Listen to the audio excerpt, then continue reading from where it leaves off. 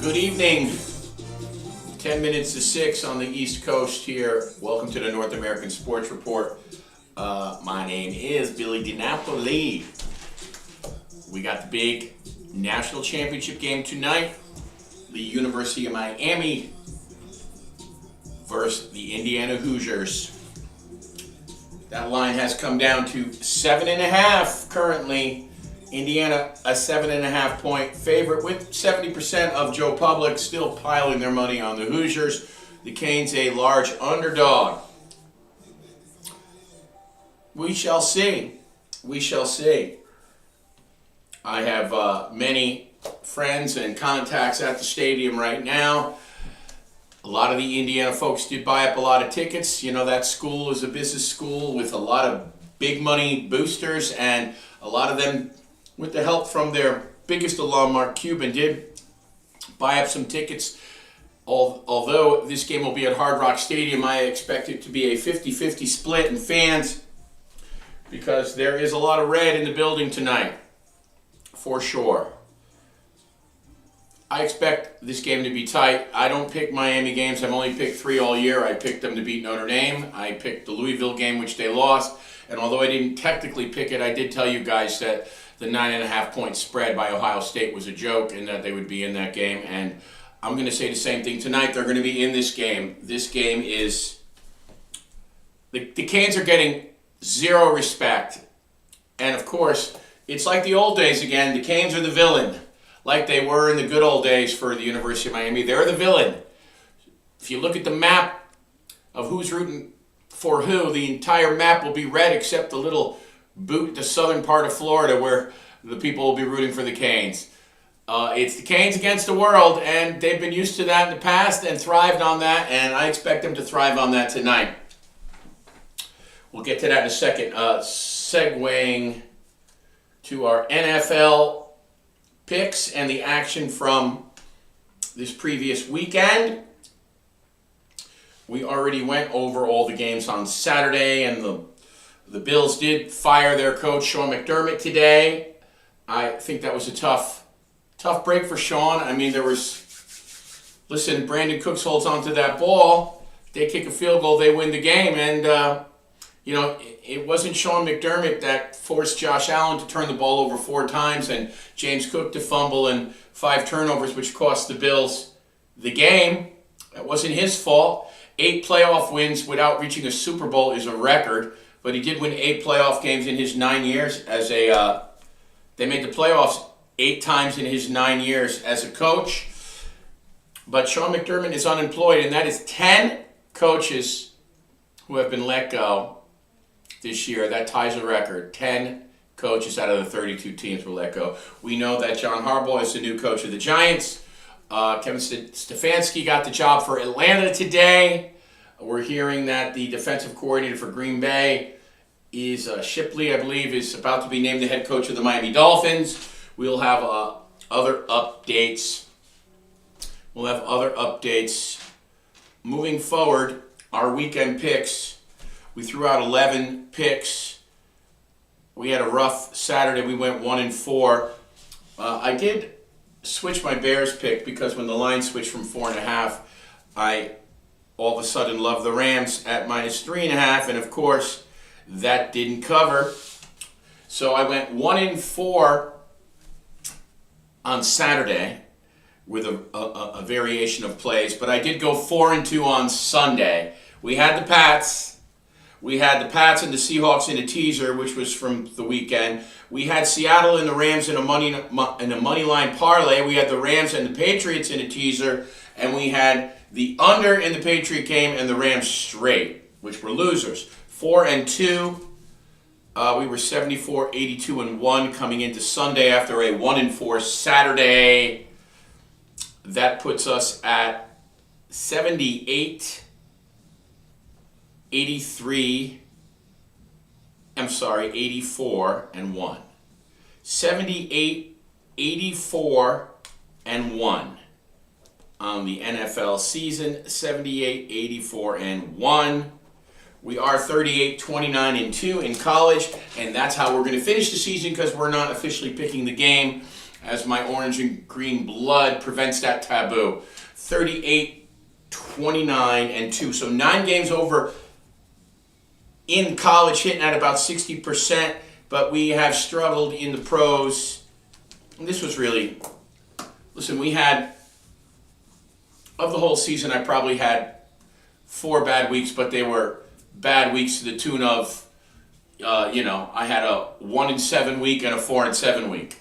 Other than that, I was pretty good most of the year, but those 2 bad weeks kind of sunk me for the season. We're no longer going to probably chase the online contest of winning the pick segment and being over 500 because we only have 3 games left. I probably will have at least 6 to 8 picks left in me in the NFL, but it's unlikely that I will surpass the 500 mark at 78, 84, and 1. 4-2 on Sunday. Wish we were like that on Saturday. We hope you guys have enjoyed the segment. We endorse DraftKings. It's our official online sports book of the show. Now, quickly, before we get to the game tonight, which is the big story for right now. Patriots 28-16 over the Texans. I had this game pegged right. A lot of people thought the Texan defense was going to rule the day. I thought that C.J. Stroud and his inability to be a top-flight quarterback and the struggling Houston offense, especially without Nico Collins. My apologies to Nico. I called him Miko Collins on the show the other day. Without their best receiver and a struggling offense, and then with the snow coming down, it looked like a typical New England Patriots playoff game that we've seen so many times in the past against Peyton Manning and the Colts and the Raiders. We've seen it so many times. They were going to be hard-pressed.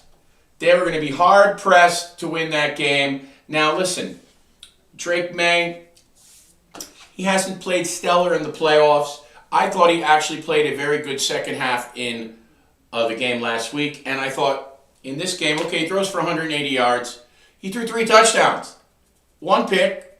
Obviously, Kayshon Boutte's catch was amazing, the one-handed grab that sealed the deal for the Patriots.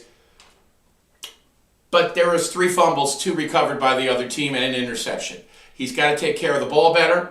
We know that. But here's what I'll say about Drake May. You saw the look in C.J. Stroud's eyes as he was just... C.J. Stroud turned the ball over 5 times, 4 picks, a fumble. He was a disaster, and he didn't bounce back from that. One thing I like about Drake May is he makes mistakes, but it doesn't faze him, and then he comes back and he makes big plays. So he had a pick in the game. He lost 2 fumbles, 3 turnovers. He could have easily went in the tank. What does he do? He throws for 3 touchdowns. I know one was early, but he had 2 late. He bounces back. It doesn't faze him. And that says a lot about him as a player, a leader. We all know he's an MVP candidate, but I think that was a great win by the Patriots. We know that Drake May needs to play better, but he's played good enough. 4 touchdowns, 1 pick in the 2 playoff games, and the Patriots, 28-16 victors at home in the snow. It was a typical New England playoff setting. May was 16-27 for 183 touchdowns and a pick. Ramondre Stevenson, who did leave the game for about a quarter because of an eye injury, got poked in the eye, had 16 carries for 70 yards. Travion Henderson, 12 for 25. Patriots only ran the ball for 105 yards. They only had 285 yards of offense, but that was enough. We know the Houston defense is top flight. Will Anderson had 3 sacks, a forced fumble. He was a wrecking ball. But it wasn't enough because C.J. Stroud was a disaster, and the Texans are going to have to, they're really going to have to analyze that position as to where they're going in the future. They really are, because he may not be the guy. Quickly, the Rams defeat the Bears 20-17, which was an excellent game in adverse weather conditions. It was 5 degrees, -10 with the wind chill, and I got to hand it to the Rams. I know a lot of the game their receivers were struggling to find footing, and I really thought that they should have had this game put away early, but they didn't. But to their credit, the Rams had one penalty the entire game. One penalty. No drop balls, no turnovers. Matthew Stafford, 20 of 42, not great, but 258 yards. He was sacked 4 times by a game Bears defense. But Kyren Williams, an unsung star, 21 carries, 87 yards, 2 touchdowns. He gets my game ball. The Ram defense made the plays when they needed to. They had a couple of picks.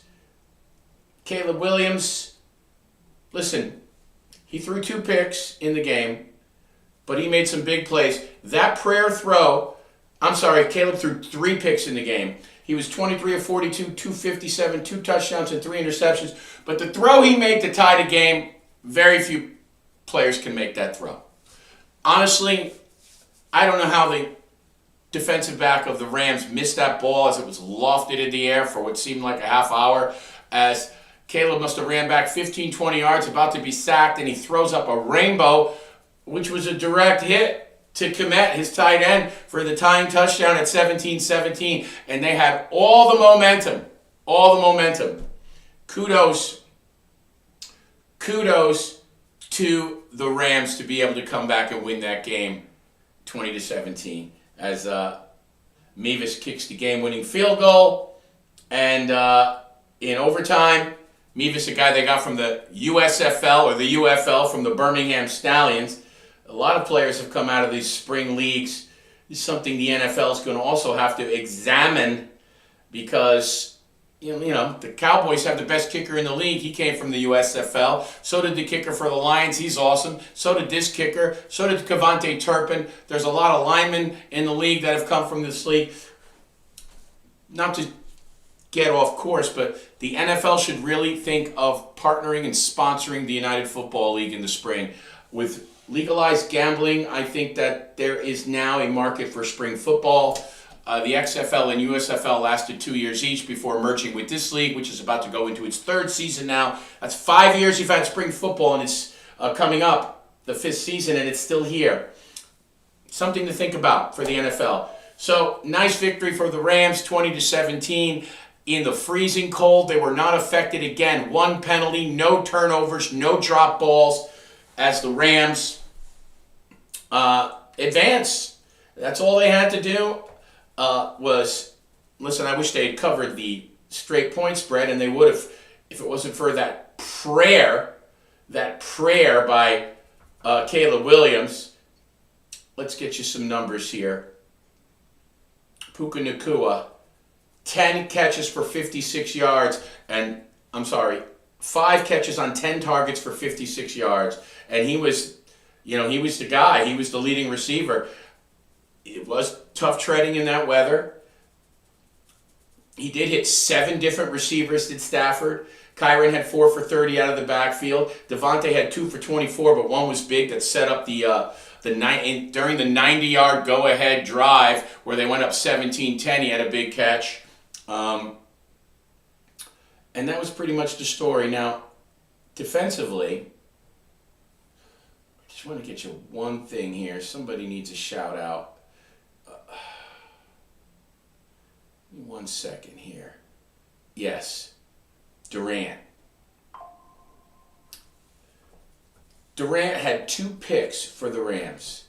Okay, now, he was the star of the game for the Rams on defense. I just want to double check that. I'm quite certain that he had 2 picks. Yes, Kobe Durant had 2 interceptions in the game of the 3 that Caleb threw.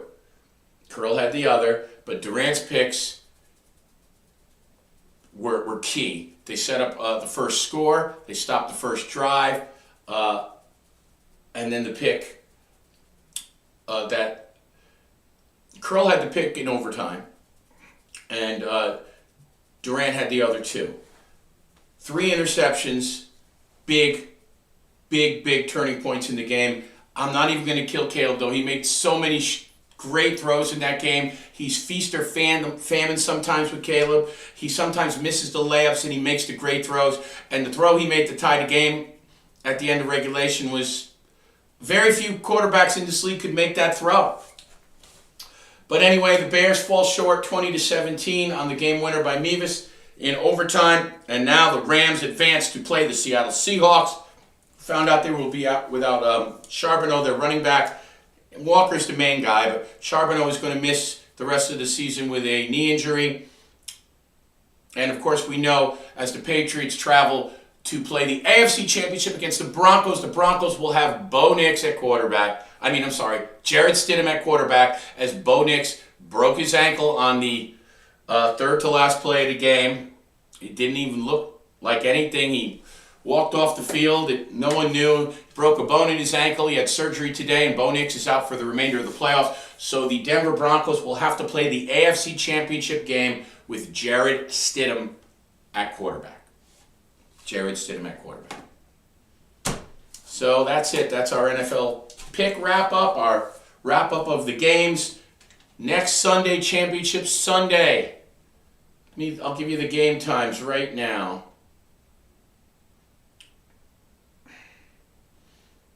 They don't have them yet. Let me see here. Hold on. Well, obviously, we know we have the Broncos hosting the Patriots. And we have here it is, 3 o'clock. Patriots at Denver, and that is currently a 5.5-point spread favoring the Patriots, obviously because Jared Stidham starting at quarterback for the Broncos. So the Patriots favored by 5.5 on the road. AFC Championship, 3 p.m. on Championship Sunday, this coming Sunday, the 25th. The Rams will play at 6:30 at Seattle, and this is opened with the Seahawks, a 2.5-point favorite.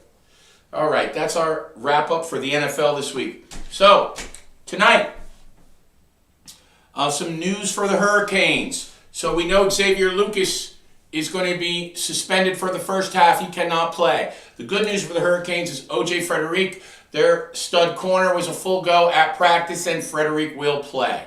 You also have Bryce Fitzgerald, the young corner, and he wasn't injured, but the Canes are really going to need Fitzgerald and Frederic and Jacoby Thomas to ball out, because Damari Brown, their other fine corner who has missed the last 4 weeks with an injury, he was questionable last week.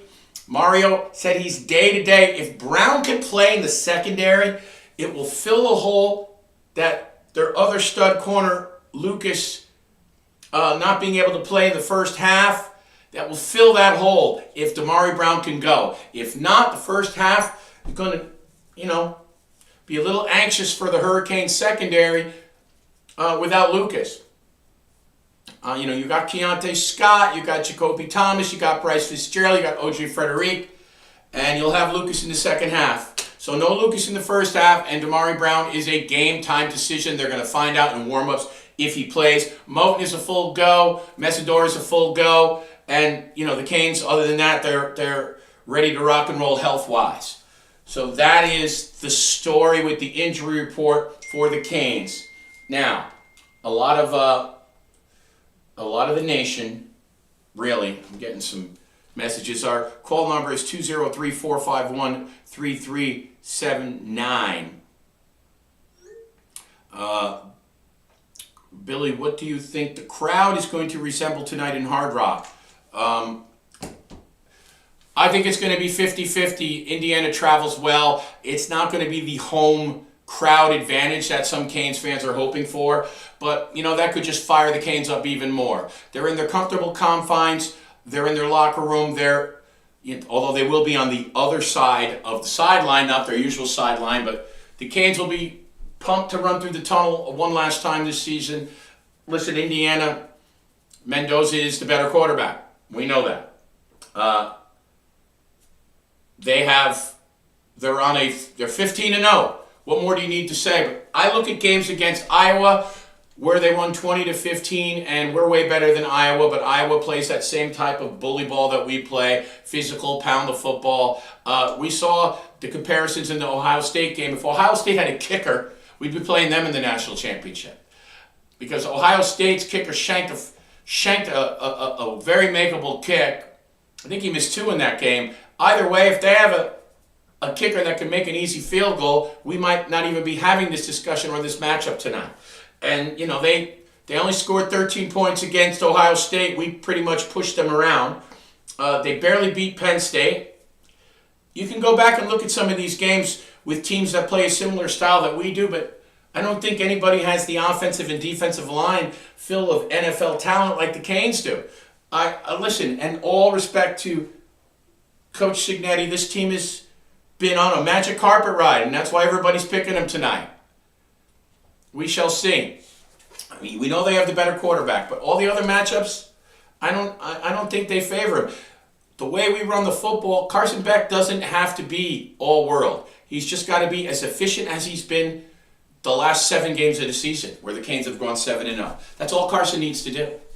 And listen, we know Mendoza will be starting for the Las Vegas Raiders. He's going to be the first pick in the draft. You know what? Carson Beck will be on an NFL roster too next year. He may go 3rd or 4th round, but, you know, people talk about him like he's an afterthought. He's not.